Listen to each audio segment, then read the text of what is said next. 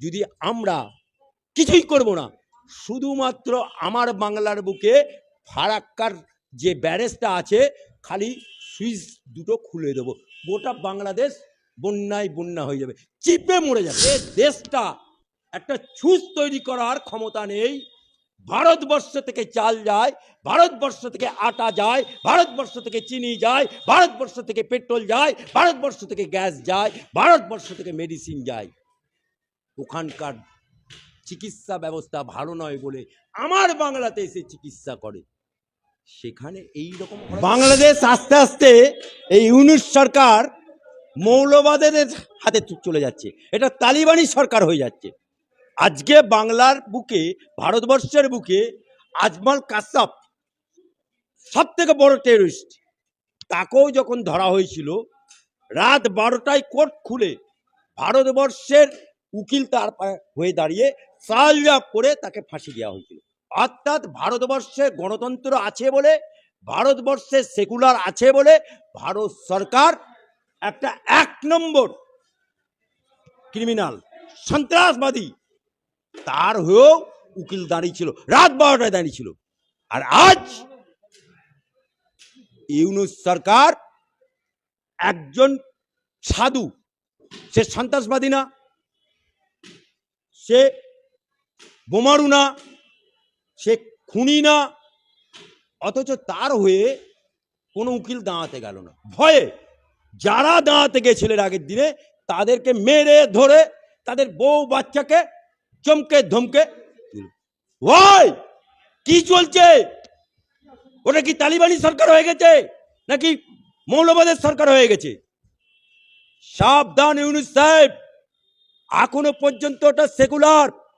আজকে হাসিনা বুবু যখন ও দেশ ছাড়লো তখন একজন মুসলমান হয়ে সে কোনো মুসলমান রাষ্ট্রে গেল না, পাকিস্তানে গেল না, আফগানিস্তানে গেল না, কোথাও গেল না। মমতা বুবুর কাছে এলো না, মমতা খালার কাছে এলো না, মমতা আবার কাছে এলো না। সে গিয়ে আশ্রয় নিল কার কাছে?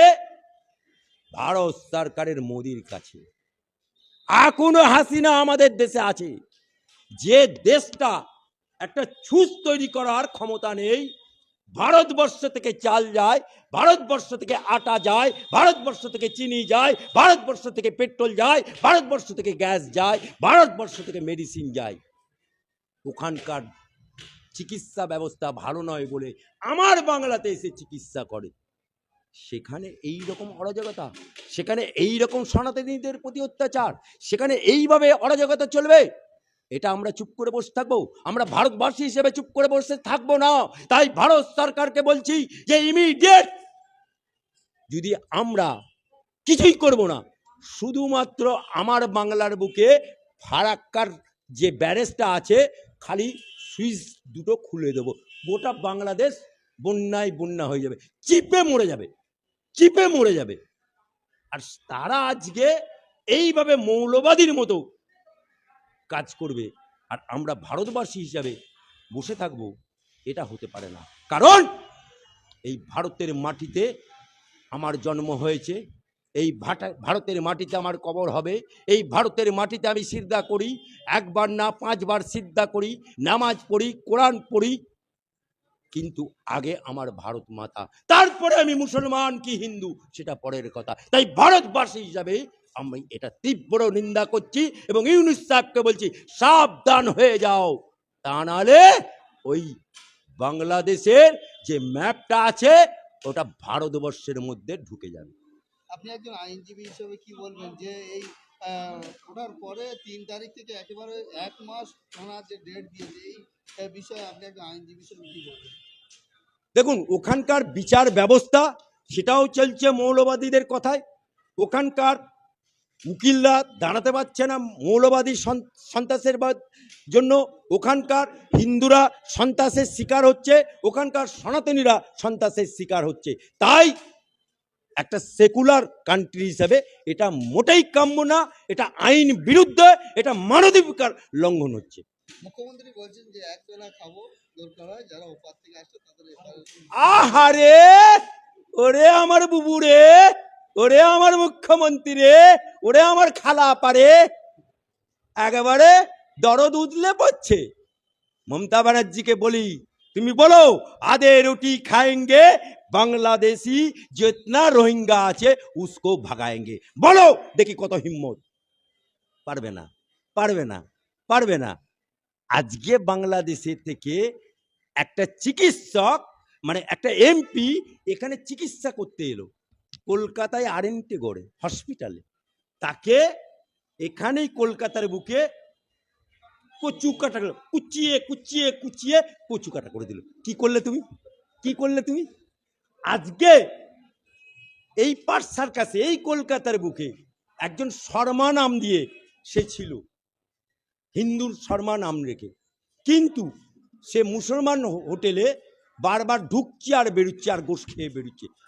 পাবলিকের সন্দেহ হলো, পাবলিক ধরে ফেললো, তখন দেখা যাচ্ছে সে মুসলমান। তাহলে তোমার কলকাতার বুকে, তোমার পার্ট সার্কাসে, তোমার রাজাবাজারে, তোমার বেনিয়াতলাতে, তোমার গার্ডেন রিচিতে, তোমার ডানকুনিতে, তোমার বৈদ্যবাটিতে, তোমার কন্যগড়ে, তোমার রিসাতে লক্ষ লক্ষ রোহিঙ্গা আজকে এসে বাস করছে। আজকে তারা ভোটার কার্ড করে ফেলছে, বাংলাদেশ থেকে এসে তারা ভোটার লিস্টে নাম তুলে ফেলছে, তারা সেখানে আধার কার্ড বানিয়ে ফেলছে, তারা পাসপোর্ট বানিয়ে ফেলছে। ওয়াই? কেন তুমি একা চুপ করে বসে আছো? কেন তাদেরকে অ্যারেস্ট করছো না? কিসের কারণে? ২৬ সালে ওই সমস্ত রোহিঙ্গাদের ভোট চাই বলে।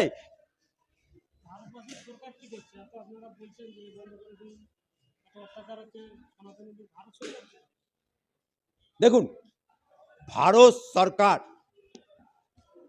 একটা আন্তর্জাতিক নিয়ম মেনে চলতে হয়, ইন্টারন্যাশনাল রুল মেনে চলতে হয়। কিন্তু কিন্তু আজকে বাংলা আর বাংলাদেশ পাশাপাশি, বাংলা আর বাংলাদেশ পাশাপাশি, ভারত সরকার এর বিরুদ্ধে একবার না হাজারবার ব্যবস্থা নেবে, একবার না হাজারবার ব্যবস্থা নেবে। কিন্তু মমতা বুবু কি করছে? মমতা বুবুর কাছে তো সমস্ত রোহিঙ্গারা এসে বসবাস করছে, মমতা বুবুর কাছে সমস্ত সন্ত্রাসবাদীরা এসে আশ্রয় পাচ্ছে, মমতা বুবুর কাছে সমস্ত রোহিঙ্গারা আজকে সারা বাংলায় ছড়িয়ে পড়ছে। তার জন্য তুমি কি অ্যাকশন নিয়েছো? তার জন্য কি অ্যাকশন নিয়েছো? জবাব তোমাকে দিতে হবে। আর মমতা বুবু, মমতা খালা, মমতা আপা, তুমি তো দুর্গা পুজো এলে ফিতে কাটো দিয়ে বলো যা দেবী সর্বভূতস্যৈ নমস্তস্যৈ নমস্তস্যৈ, দিয়ে বলো আমি সাত্বিক ব্রাহ্মণ। অথচ বাংলার বুকে, বাংলাদেশের বুকে সনাতনীদের প্রতি অত্যাচার হচ্ছে। কোথায় গেল তোমার মিছিল? কোথায়? মোমবাতি নিয়ে বুদ্ধিজীবীরা হাঁটো। তোমরা তো প্যালেস্টাইনে হলে বুদ্ধিজীবীরা তখন মোমবাতি নিয়ে নেমে পড়ে। আজকে বুদ্ধিজীবীরা, মমতাপন্থী বুদ্ধিজীবীরা বুদ্ধি নাশ হয়ে গেল, নাকি জীব মোটা হয়ে গেল, নাকি সব এক একটা পদ পেয়ে সব ভুঁড়ি মোটা হয়ে গেছে? বাংলাদেশের সরকার বলছে যে ভারতের মিডিয়াটা আমাদের বাংলাদেশের ঘটনা নিয়ে বাড়াবাড়ি করছে, এমনটা কিছু হচ্ছে। যা রটে তা কিছু বটে, যা রটে তা কিছু বটে। তাহলে আজকে যে সাধুর জন্য কোনো উকিল দাঁড়াতে পারেনি, এটা মিথ্যে কথা। আজকে সাধুর হয়ে প্রথমবারে যে আইনজীবীরা দাঁড়িয়েছিল তাদেরকে মারধর হয়েছে, এটা মিথ্যে কথা। আজকে সাধু জেলে আছে, এটাও মিথ্যে কথা। কোনটা রং চালিয়ে লেগেছে?